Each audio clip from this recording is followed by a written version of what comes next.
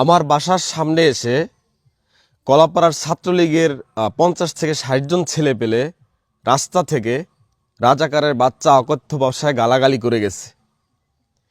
আমি এবং আমার পরিবারের কোনো ধরনের জানমালের যদি ক্ষতি হয়, আজকে 17/7/2024 সালের এই বর্তমান সরকার, বর্তমান প্রশাসন, বর্তমান ছাত্রলীগ, আওয়ামী লীগ এরা দায়ী থাকবে। এটা সুস্থ মস্তিষ্কে বিশ্বাস করতে পারি যে এই দেশ এইভাবে কখনো সারা জীবন চলবে না। আমি বুকে হাত দিয়ে বলতে পারি আমি কোনো রাজনৈতিক দলের সাথে ইনক্লুডেড না। কোনো একটা ভিডিও নাই, কোনো একটা সিসি ফুটেজ দেখাতে পারবে না যে আমি কোনো একটা কর্মী কোনো দলের। আমি সাধারণ শিক্ষার্থীদের পাশে আছি, দেশের যৌক্তিক দাবির পাশে আছি। আমি কোনো রাজনৈতিক ব্যক্তি না। তবুও যদি আমার পরিবারের, আমার এবং আমার জানমালের যদি কোনো ক্ষয়ক্ষতি করা হয়, এই দেশের সাধারণ মানুষ, এই বাঙালি, এটা আমরা শিওর, অ্যাটলিস্ট এটা আমরা শিওর যে এই দেশ এইভাবে চিরজীবন চলবে না। আমার জানমালের বিন্দুপাত্র যদি কোনো ক্ষয়ক্ষতি হয়, এই দেশের সাধারণ মানুষ, বাঙালি, লাল সবুজের মানুষ, এই দেশের দেশপ্রেমিক, আপনাদের হাতে যখন সময় আসবে আপনারা বিচার করে নেবেন। ইতিমধ্যে নানান জায়গায় বিচার করতে আপনারা শুরু করছেন, অভিনন্দন।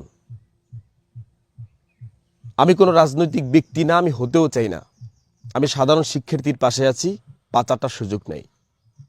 বাসলে গাজী মল্লের শহীদ, সাদাকে সাদা, কালোকে কালো আমি বলে যাব ইনশাআল্লাহ।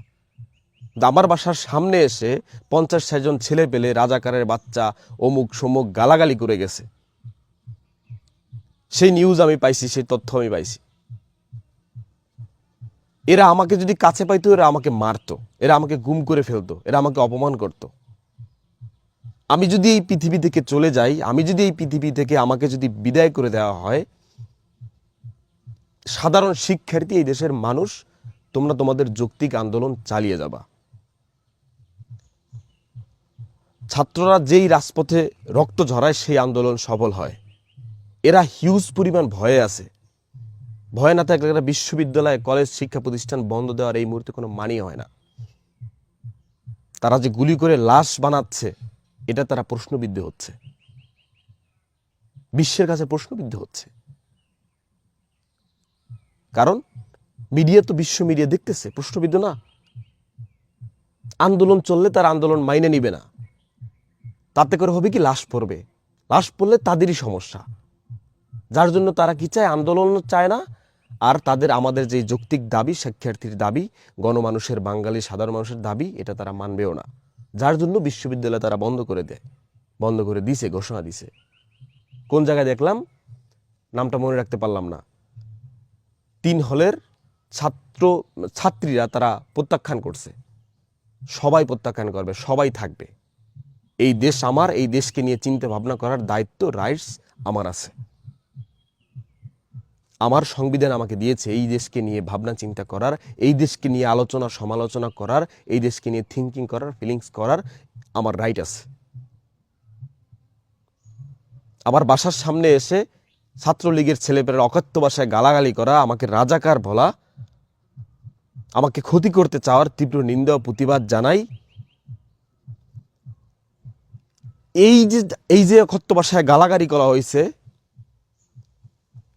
আমার বাসার সামনে এসে, এটার একদিন বিচার হবে ইনশাল্লাহ। এই দেশের মানুষ বিচার করবে। আপনার জেলায় আপনার একটা কাজ করুন, আপনার জেলায়, আপনার থানায়, আপনার ইউনিয়নে কে কে ছাত্রলীগ করে, কে কে কোঠা বিরোধী, এই মানুষগুলোকে নিয়ে পোস্ট করুন। জনগণ প্রতিহত করবে, জনগণ প্রতিহত করতে শুরু করছে। কালো হাত, অপশক্তি চিরজীবন, ইতিহাস এমন নাই যে চিরজীবন টিকছে, তারা ইন ফিউচারও টিকবে না ইনশাল্লাহ। আমার যদি ক্ষতি হয়, আমার জানমালের ক্ষতি হয়, বর্তমান সরকার 17/7/2024 এই বর্তমান সময়ের সরকার দায়ী থাকবে, তার ছাত্রলীগ দায়ী থাকবে, তার প্রশাসন দায়ী থাকবে। সাধারণ শিক্ষার্থীদের পাশে আছি, থাকবো ইনশাল্লাহ।